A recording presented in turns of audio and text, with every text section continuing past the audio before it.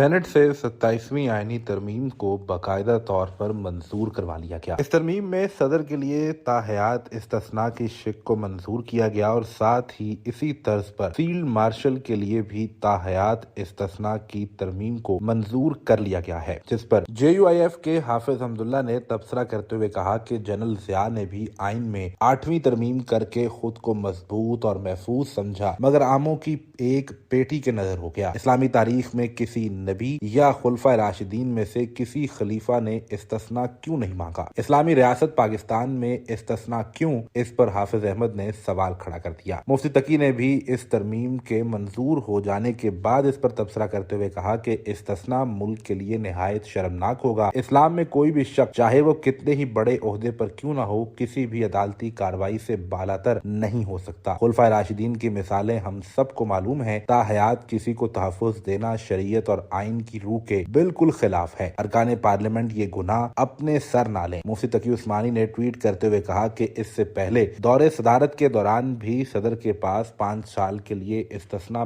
موجود تھا اور یہ بھی آئین کی روح کے خلاف تھا۔ کسی بھی شخص کے لیے ایک دن کے لیے بھی استثناء نہیں ہو سکتا، کیونکہ جب آپ عوامی عہدے پر آتے ہیں، عوام کے ووٹ لے کر اور ان کا اعتماد لے کر آتے ہیں، تو عوام کے پاس یہ حق موجود ہے کہ وہ آپ سے سوال پوچھے، اور جب آپ ریاستی امور چلا رہے ہوں تو عدالت بھی آپ سے سوال پوچھ سکتی ہے۔ پاکستان میں ابھی حالیہ ہونے والی 27ویں آئینی ترمیم میں اگر یہ شق نکال بھی دی جاتی تو بہت سے لوگ یہ تبصرہ کر رہے ہیں کہ اب پاکستان کی عدالتیں کے ماتحت ہو چکی ہیں، لہٰذا کوئی ماتحت اپنے افسر سے کیسے سوال پوچھ سکتا ہے۔